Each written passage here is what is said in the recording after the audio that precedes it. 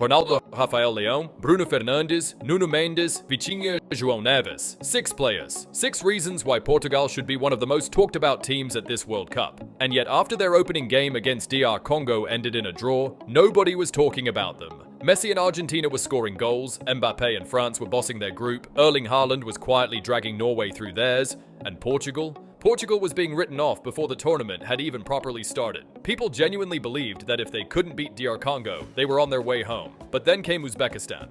5 goals, no reply. And suddenly, everyone remembered exactly who this team is. All the stats yesterday were Leo Messi the first to do this, the first to do that. At least now Ronaldo's got 1 to his name. Now he's the first player to score in the 6 because, as we know, it's only him. So today, we are going to break down what went wrong against Congo, what completely changed against Uzbekistan, and why this Portugal squad, when they get the tactics right, is one of the scariest teams left in this competition. So let's start from the beginning. Portugal versus DR Congo. A game that Portugal should have won, and honestly a game they dominated on paper. More possession, more passes, more time in the opposition half.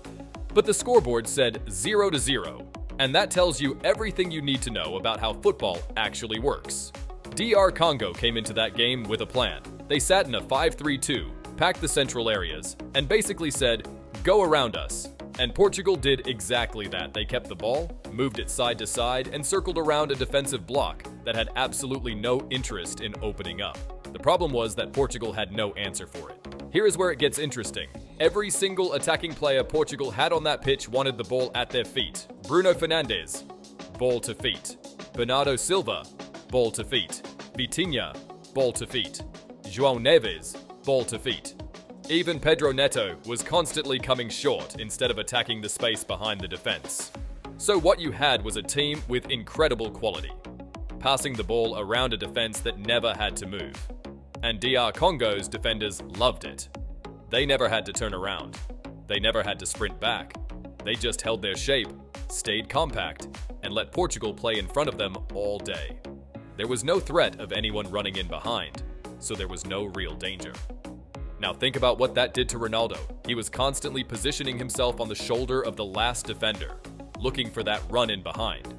But nobody was creating the movement needed to stretch the defense. So every time a pass came toward him, he was either offside or completely isolated with no support. A 41-year-old striker trying to make those runs repeatedly without anyone helping him. That is a tactical failure, not a Ronaldo problem. Then there was the shape issue. As the game went on, Portugal became almost entirely left-sided. Nuno Mendes pushed so high that Portugal was basically playing with 3 defenders at the back, and everyone drifted toward that left side trying to create overloads. But instead of breaking DR Congo down, it just made Portugal more predictable. DR Congo's entire back 5 simply shifted across, and Portugal ran out of ideas. But the tactics were only part of the problem. The selections made it worse. Bernardo Silva was placed on the right side, and he spent the whole game looking for the ball at his feet in tight spaces, which is what he does brilliantly for Manchester City, but on the right wing of a 4-3-3 against a low block, it gave Portugal nothing going forward. On the other side, Pedro Neto stayed so wide that he could never really connect with anything centrally. 2 quality players, both in positions that did not suit what Portugal needed that day. The moment that game ended 0-0, everyone assumed Portugal were in trouble. And looking at how they played, you could understand why. But what nobody knew was that one tactical reset was about to turn this entire conversation around, and they would do that against Uzbekistan. So what actually changed against Uzbekistan? Because going from a 0-0 against DR Congo to a 5-0 against Uzbekistan is not a small jump. That is a completely different team.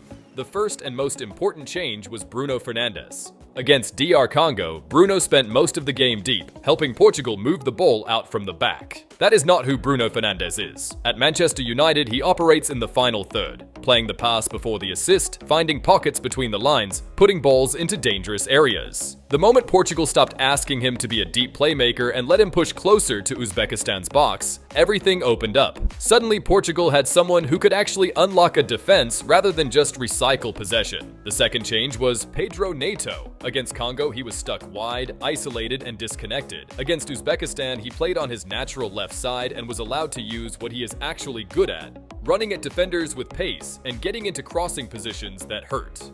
Simple as that. Right player, right position, completely different output. Then there was João Felix. And this one is important because it was more subtle. Felix kept drifting into midfield, which sounds like a problem but was actually the solution. Every time he moved inside, it created a free lane for Nuno Mendes to bomb forward on the overlap. Uzbekistan could not deal with both at the same time, and that left flank became Portugal's most dangerous area all game. Ronaldo's role also shifted. He was not chasing the ball or demanding it constantly. He was making runs that pulled Uzbekistan's center-backs out of position, creating gaps for the players arriving behind him. He did not need to score 5 goals himself. He just needed to be the distraction that made the whole attack function, and that is exactly what happened. The passing was also faster. Against Congo, Portugal was moving the ball slowly, giving the defense time to reset after every exchange. Against Uzbekistan, they were playing combinations quickly, finding spaces between the lines before Uzbekistan could get organized. That tempo difference is what made Uzbekistan's 3-4-2-1 shape look so exposed. By the time their defenders worked out where the danger was coming from, the ball was already somewhere else.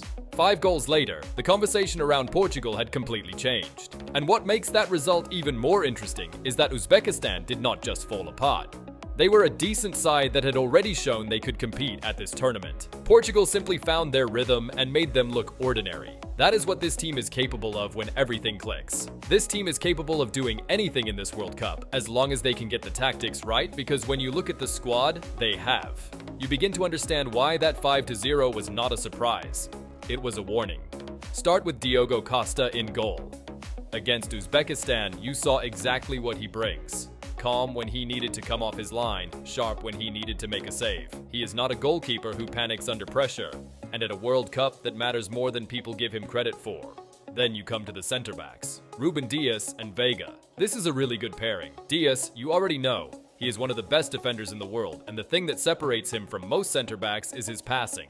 He can switch play through the press, and start attacks from deep. Against Congo, that quality was barely used. Against Uzbekistan, it showed. Then there is Veiga, who has genuinely become a different player since leaving Chelsea for Villarreal. He is quick, he is aggressive, and he covers ground at a pace that makes him extremely difficult to get in behind. Now the fullbacks. And this is where Portugal are almost unfairly stacked. On the right side alone, they have Cancelo, Semedo, Dalot, and Mateus Nunes, 4 players who could start for most national teams at this tournament. 4 on the right side. That depth means Roberto Martínez can rotate freely, manage minutes, and always have a fresh option available without dropping quality. Then on the left you have Nuno Mendes, who is simply one of the best players in his position in world football right now.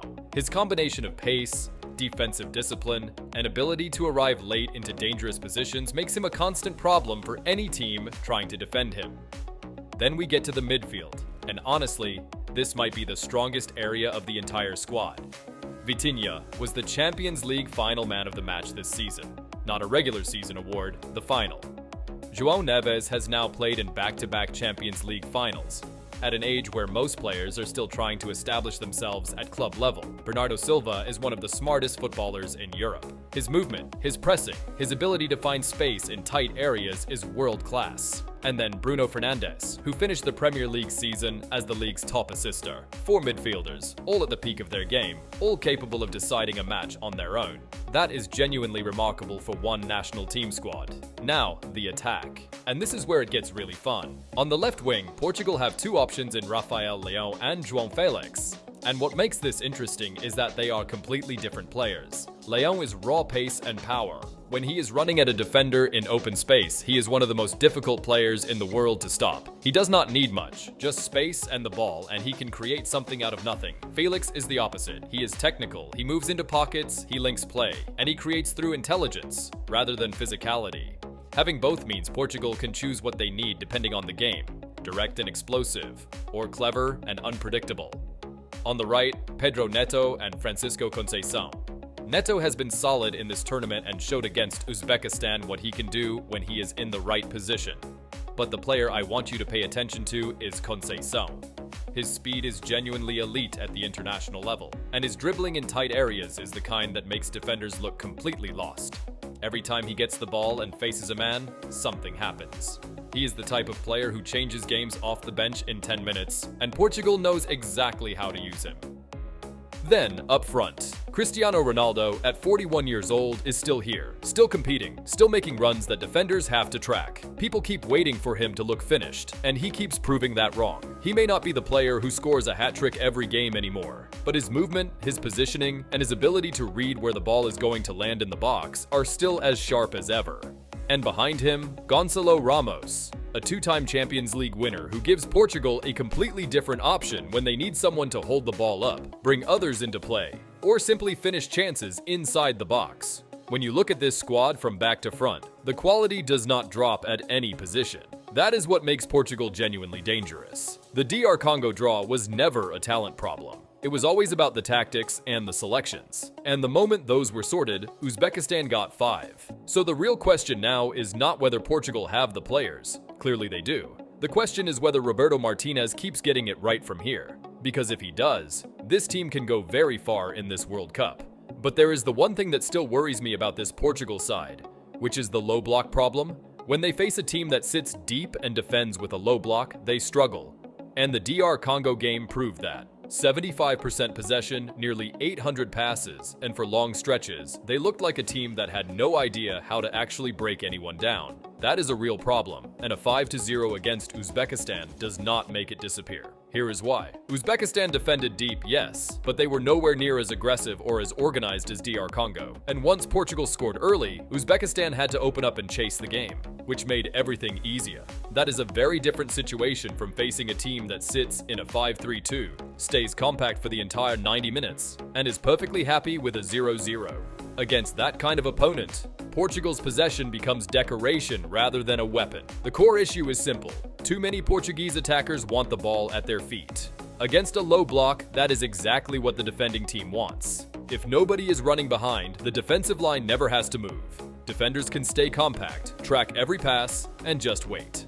Rafael Leão and Pedro Neto need to be constantly attacking the space behind fullbacks and center-backs, not coming short, not asking for the ball to feet, but running.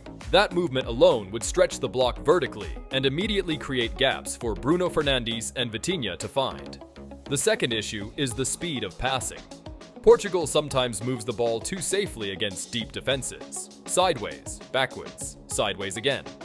Spain and Argentina are dangerous against low blocks because they move defenders before the defenders can settle. Quick combinations, one-touch passes, third man runs around the edge of the box. That is what forces a compact defense to shift and lose its shape. Portugal has the players to do exactly that. They just need to actually do it.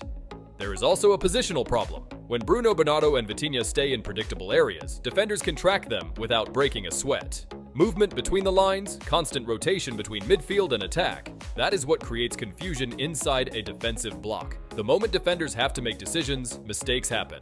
One more thing. Portugal need to shoot more from outside the box. Deep defenses are specifically built to protect the penalty area. But if Bruno Fernandes or Vitinha are consistently threatening from distance, defenders are forced to step out and engage. The moment they step out, the passing lanes behind them open up. It sounds simple, but Portugal rarely do it enough. Now looking at their next game against Colombia, this problem might not come up straight away. Colombia likes to have the ball itself, so Portugal may not face a deep block in that match. But in the knockout rounds, they absolutely will. There will be a team that sets up in a 5-4-1, defends for their lives, and waits for one chance on the counter.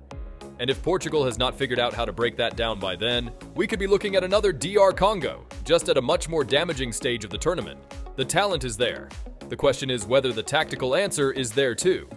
But what do you think? Can Portugal win this World Cup? Well, let me know in the comments, and don't forget to subscribe, and also check out the last video on Mourinho's plan for Real Madrid. Thank you.